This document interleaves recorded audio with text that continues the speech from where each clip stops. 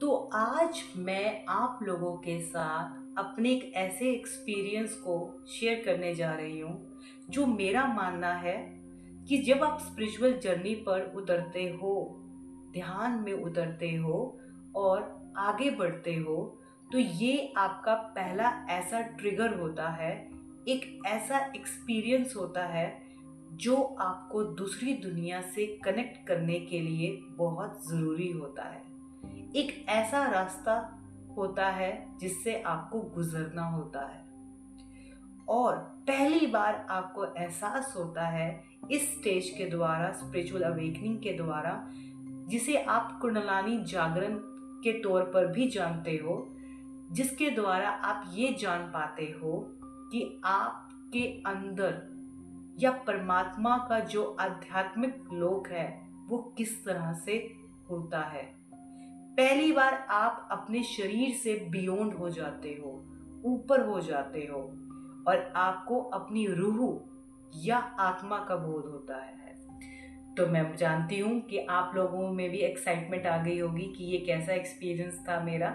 लेकिन आगे बढ़ने से पहले किसी ने मुझसे एक सवाल पूछा है मेरी पिछली वीडियो से संबंधित, तो इस वीडियो के अंत में मैं उसका जवाब भी दूंगी ताकि उनको मदद मिल सके। तो बिना कोई देरी के स्टार्ट करते हैं। अब जिस एक्सपीरियंस की तरफ हम बढ़ रहे हैं उस तक पहुंचने के लिए एक हफ्ता पहले हमें पीछे जाना होगा, यानी कि जिस एक्सपीरियंस के बारे में मैं अब आपको बताने जा रही हूँ और उसके कुछ दिनों पीछे हमें चलना होगा।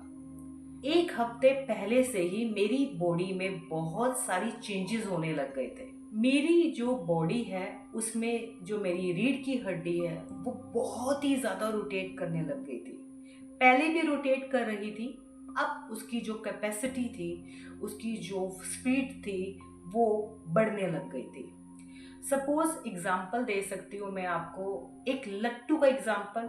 हम बचपन में लट्टू देखते थे, जिसे खेलते थे, ऐसे लट्टू रख के आप फर्श पे घुमाते हो तो लट्टू घूमने लग जाता है।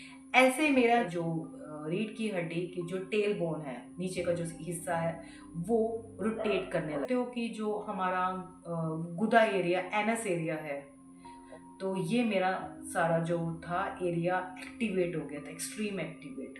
जैसे हम लोग लस्सी बनाते हैं तो मदानी लेके उसको ऐसे ऐसे रगड़ते हैं, है ना। इस तरह से मेरी जो रीढ़ की हड्डी थी वो मदानी की तरह रोटेट कर रही थी, लट्टू की तरह। एंड देन मदानी 24/7 ये रोटेशन चल रहा था। एक और चीज उस हफ्ते मुझे महसूस हुई कि जो मेरे शरीर में हीट बढ़ गई थी, एक्सट्रीम हीट बढ़ गई थी। और जो मेरे दोनों कान हैं वहां पर क्या हुआ कि जैसे सपोज मैं आपको एग्जांपल दे सकती हूँ, जैसे हम कार ड्राइव करते हैं, हम कार चला रहे होते हैं और दोपहर का समय है और आप एसी नहीं ऑन किया, समझ लीजिए आपने, और आपने हवा खाने के लिए शीशा नीचे कर दिया, तो वो जो गर्म हवा के थपेड़े पड़ते जोर जोर से, ऐसे मेरे दोनों कानों पर पड़ता है ना गर्म हवा का थप्पड़, उसकी आवाज आती है, ऐसे मेरे कानों के पर्दों पर हवा आ रही थी, मुझे ऐसा प्रेशर महसूस हो रहा था। आप ये अंदाजा लगा सकते हो कि मेरे बैठने में भी मुझे अजीब लग रहा था, क्योंकि जब मैं बैठती थी तो ये रोटेशन चल रहा होता था और मेरी बॉडी मूवमेंट कर रही होती थी। शायद सामने वाले लोगों को नजर ना आ रहा हो, लेकिन मेरे लिए ये एक्सट्रीम बढ़ गया था। तो जैसे जैसे वीक बढ़ रहा था, वैसे वैसे से दिन बढ़ रहे थे, वैसे वैसे ये चीज जो एक्सपीरियंस है मेरा एक्सट्रीम हो रहा था। अब मैं डील कैसे करूं, क्योंकि मुझे तो कोई समझाने वाला नहीं था और मुझे लगता है कि बहुत कम लोगों ने शायद इसके बारे में बताया भी है। मुझे महसूस होता था कि मेरी जो अंदर आत्मा कहती थी, वो कहती थी कि सब कुछ छोड़, काम छोड़ और जाके ध्यान कर, तेरे को वहीं पे आंसर मिलेगा। तो मैं फटाफट अपना काम निपटा के सीधा घर दौड़ती थी एंड देन जाके अपना ध्यान करने बैठती थी। तो जब मैं जैसे ही ध्यान करने बैठती थी, मेडिटेशन करती थी, ये धीरे धीरे शांत हो जाता था। जो रोटेशन है वो थोड़ा स्मूथ होने लग जाता था, थोड़ा थोड़ा धीरे होने लग जाता था। तो इससे क्या लगता था कि मुझे रिलैक्स होती थी। तो वो दिन भी आ गया जो वो एक्सपीरियंस परमात्मा ने मुझे करवाने वाले थे। मैं अपने काम पर ही थी। जिस दिन की बात है मुझे अच्छी तरह याद है, वो दिन थर्सडे था, मतलब वीरवार का दिन। सडनली वही चीज हुई, बॉडी में मूवमेंट्स होने शुरू हो गए, काम की तरफ भी ध्यान करना थोड़ा मुश्किल हो रहा था। देन एक चीज ऐड हो गई इसके साथ, और ये सब तो चल ही रहा था जो मैंने आपको अब तक बताया। एक चीज और, मेरे हाथ में पेन था और वो पेन छूट गया मेरे हाथ से, क्योंकि मेरे हाथ की मूवमेंट्स बनने लग गए। मुंदराई बनने लगी। और ये मैं नहीं कर रही थी, ये मेरी विदाउट इंटेंशन हो रहा था कि मुझे मेरे हाथ पे ही काबू नहीं रहा था। अब मैं क्या करूं, काम के दौरान ये सब हो रहा था, थोड़ा मुश्किल हो रहा था और मुझे पता था कि मुझे ध्यान पर बैठना पड़ेगा, अदरवाइज मैं इसे डील नहीं कर पाऊंगी। और तो कोई मुझे तरीका समझ में नहीं आता, तो मैंने फटाफट काम निपटाया। मैं बैठ गई ध्यान करने, मैंने अपनी आंखें बंद की और मैंने ध्यान लगाना शुरू कर दिया। विद इन 5 या 10 मिनट्स के अंदर मेरी बॉडी और मेरे हैंड्स के जो मूवमेंट्स हो रहे थे वो मेरे काफ़ी हद तक कंट्रोल आ गए और मेरा पूरा फोकस मेरी थर्ड आई पर हो गया। मेरे सामने मिरेकल, मेरे चारों तरफ, मतलब मैंने आंखें बंद की, मेरे चारों तरफ पूरा आसमान आ गया।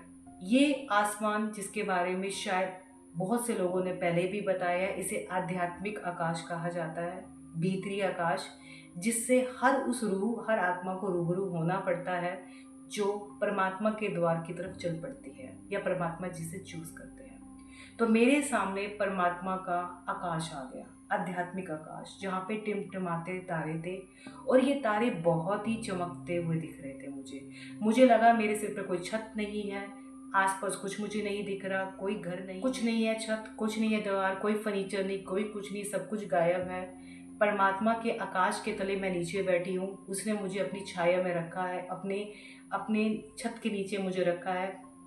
परमात्मा के आकाश के नीचे मैं बैठी और तारों को देख रही हूँ। और ये भीतरी आकाश था जिसे आंखें बंद कर कर देख सकते हैं, आंखें खोल कर नहीं। तो इनसाइड सब कुछ खत्म हो गया, कलर्स गायब, सब कुछ गायब। मुझे बस एहसास हुआ कि मैं आत्मा हूँ, रूह हूँ, इस शरीर में रह रही हूँ। मुझे शरीर इसलिए मिला है ताकि इसकी मदद से मैं परमात्मा की तरफ बढ़ सकूँ। फिर मैं लगातार तारों को देखती रही, आकाश को देखती रही। मुझे बहुत अच्छा लगा, मुझे बहुत ही मज़ा आने लगा, बहुत ही शांति मिलने लगी, एक सुकून मिलने लग गया। ऐसा लगा मैं परमात्मा के छाया के नीचे आ गई हूँ, परमात्मा मुझे देख रही है, परमात्मा की दुनिया है जिसमें किन शब्दों में मैं इस एक्सपीरियंस को आप लोगों को बताऊं, बता नहीं सकती। जब मैंने वो एक्सपीरियंस लिया कि मैं कितनी खुशकिस्मत हूँ, उस परमात्मा ने मुझ पर मेहर किया। दुनिया के साथ मेरा मोह खत्म हो गया, इस माया के रिश्तों से मोह खत्म हो गया, सुकून। अभी मैं एक्सपीरियंस ले ही रही थी, एक और मिरेकल हुआ, एक परमात्मा का चमत्कार हुआ। वो ये हुआ कि धीरे धीरे मेरी जो नीचे का जो बेस एरिया था, जो रीढ़ की हड्डी थी, वो लगातार एक रॉकेट की तरह, एक मदानी की तरह, एक लट्टू की तरह, तीनों की तरीके से रोटेट करने लग गई।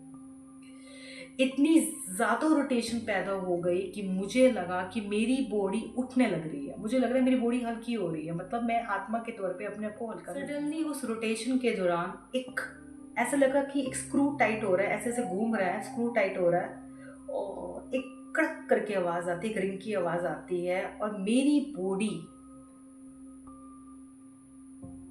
वायुयान की तरह, एरोप्लेन की तरह टेक ऑफ करने लगती है।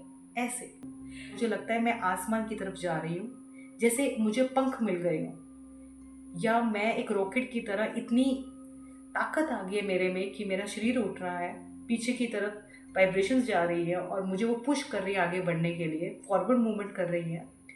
और मैं परमात्मा के आसमान की तरफ बढ़ रही हूँ जहाँ पे तारे हैं, और उड़ते उड़ते मैं लेफ्ट साइड जा रही हूँ। मेरा जो उड़ना था वो लेफ्ट साइड था, आसमान के लेफ्ट साइड। लेफ्ट साइड में मेरा जब टेक ऑफ होता है तो मैं प्रॉपर्ली स्टेबल हो जाती हूँ और उड़ना शुरू कर देती हूँ, जस्ट लाइक वायुयान।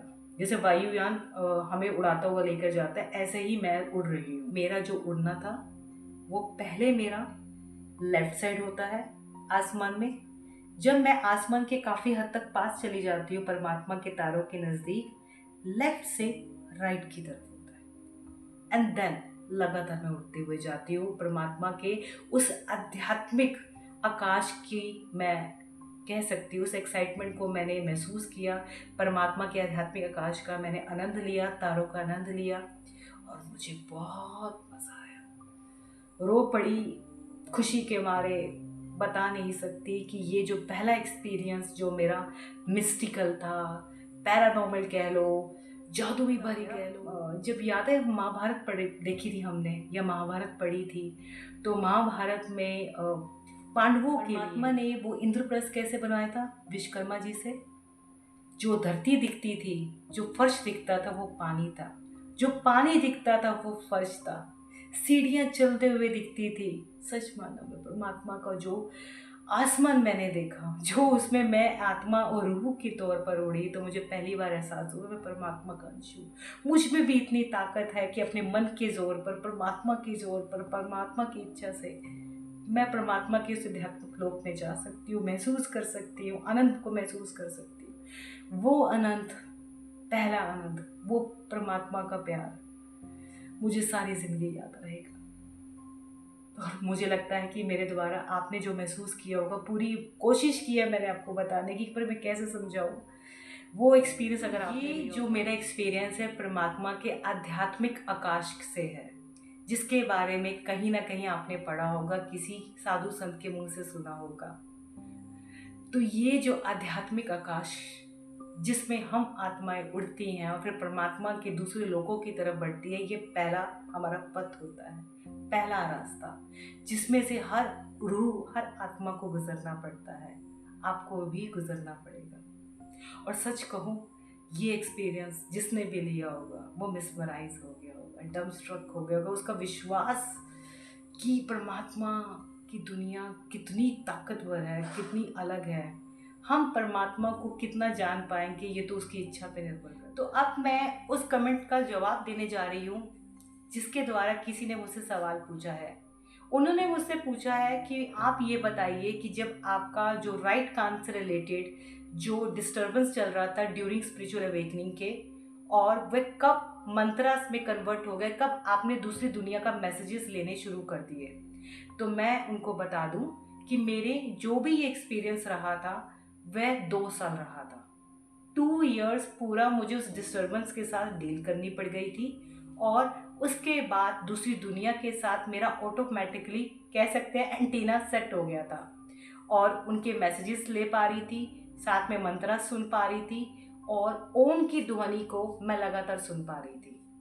तो मैंने आपको अपना बता दिया, 2 साल मुझे अप्रोक्सीमेटली लगे थे। और हाँ, एक बात और उन्हें भी बता दूं और आप सब लोगों को भी, जो भी स्पिरिचुअल अवेकनिंग के दौरान ये सब कुछ देख रहे होते हैं या स्पिरिचुअल अवेकनिंग में जाना चाहते हैं, तो उन्हें एक चीज़ को बहुत ही ज़्यादा गांठ बांध लेनी चाहिए और इस प्रिवेंशन को लेकर चलना चाहिए। क्योंकि ड्यूरिंग दैट टाइम, मैं उन्हें दोबारा बता दूं जिन्होंने ये क्वेश्चन सवाल पूछा था, ड्यूरिंग दैट टाइम मैंने कानों पे ईयरफोन लगाना बिल्कुल बंद कर दिया। आप सब लोगों को ईयरफोन या हेडफोन लगाकर कुछ नहीं सुनना चाहिए। शायद आप लोगों के लिए मुश्किल हो जाएगी जिन्हें आदत है। मैंने अपनी स्पिरिचुअल अवेकनिंग के दौरान ईयरफोन, हेडफोन नहीं लगाया है, क्योंकि मैंने एक बात महसूस की है, ये बहुत ही ज़्यादा आपके ब्रेन और आपकी स्पिरिचुअल अवेकनिंग में डिस्टर्बेंस पैदा करते हैं, सिग्नल्स को डिस्टर्ब कर देते हैं। और क्योंकि ड्यूरिंग स्पिरिचुअल अवेकनिंग के दौरान हम लोग एक साइकिक हो जाते हैं, हम स्पॉन्ज का काम करते हैं, नेगेटिव एनर्जीज को ग्रैब करते हैं। तो जितना आप इन चीज़ों से दूर रहो उतना ही बेहतर है, ये आपकी स्पिरिचुअल अवेकनिंग में मदद करेगा। और एक चीज़, गाने सुनना है, भजन सुनना है, तो प्लीज़ कोशिश कीजिएगा उसे आप ऐसे ही सुन लीजिए, यानी कि स्पीकर पे डालकर सुन लीजिए। हो सकता है लोगों को वियर्ड लगे, हो सकता है आप सुनना कम कर दें, लेकिन मैं सच कह रही हूँ, अगर आप ये लगातार सुनेंगे और स्पिरिचुअल अवेकनिंग से गुजर रहे हैं तो आपका माइंड डिस्टर्ब हो जाएगा और आप इसे टैकल नहीं कर पाओगे। तो अगर if you want to tackle this situation, तो प्लीज़ स्टॉप यूजिंग ईयरफोन और हेडफोन।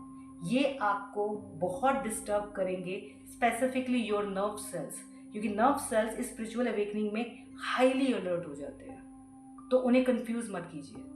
बट मैं 100% कह सकती हूँ परमात्मा आपकी मदद करेगा। और यस, मैं पूरी कोशिश करूँगी कमेंट बॉक्स का जवाब देने की। एक एक कमेंट्स मैं पढ़ रही हूँ और पूरा जवाब मैं सबको देने की कोशिश करूँगी। प्लीज़ कमेंट करते रहिए और मुझसे सवाल पूछते रहें। और एक बात और, जो लोग स्पिरिचुअल अवेकनिंग से गुजर रहे हैं, स्पिरिचुअल जर्नी पर हैं, प्लीज़ आप अपना एक्सपीरियंस भी मेरे बिना हेजिटेशन के मेरे साथ अपना एक्सपीरियंस शेयर करें। सच मायनों में मुझे आपके एक्सपीरियंस जानने में बहुत खुशी होगी, कि मैं परमात्मा के बंधु से मिल रही हूँ।